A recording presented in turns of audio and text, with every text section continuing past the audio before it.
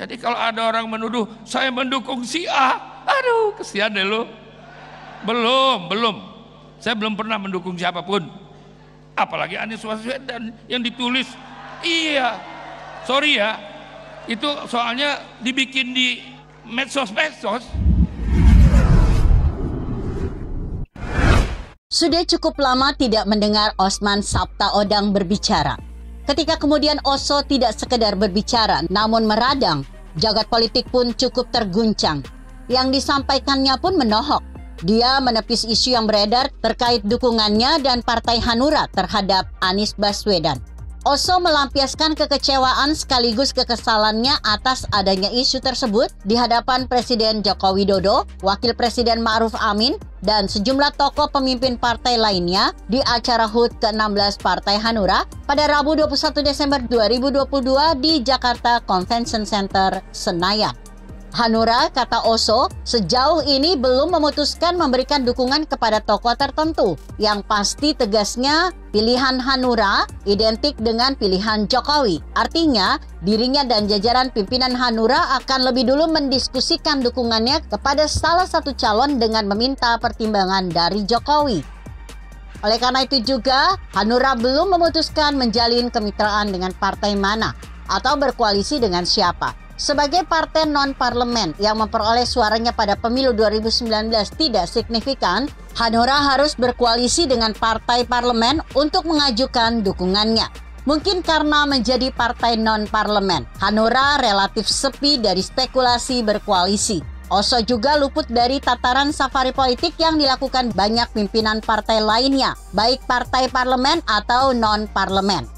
Bisa jadi Oso yang antara April 2017 hingga Oktober 2019 mengemban jabatan Ketua DPD RI, fokus untuk meloloskan partainya dari verifikasi faktual Komisi Pemilihan Umum dan terbukti Hanura menjadi salah satu partai yang tanpa celah lolos ke pemilu 2024 dengan nomor urut 10.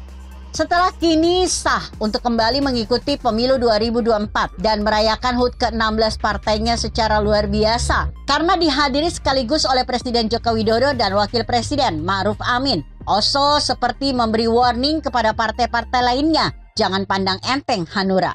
Berbeda dengan partai-partai non-parlemen lainnya yang cukup intens melakukan safari politik dan menjalin komunikasi dengan pimpinan partai parlemen, Hanura terkesan bekerja dalam senyap. Hanura akan menentukan pilihannya untuk berkoalisi awal tahun 2023. Fase itu juga yang tampaknya menjadi pertimbangan partai-partai lainnya. Yang pasti Hanura akan bermitra dengan koalisi dari partai-partai yang capresnya diindikasi mendapat dukungan dari Jokowi.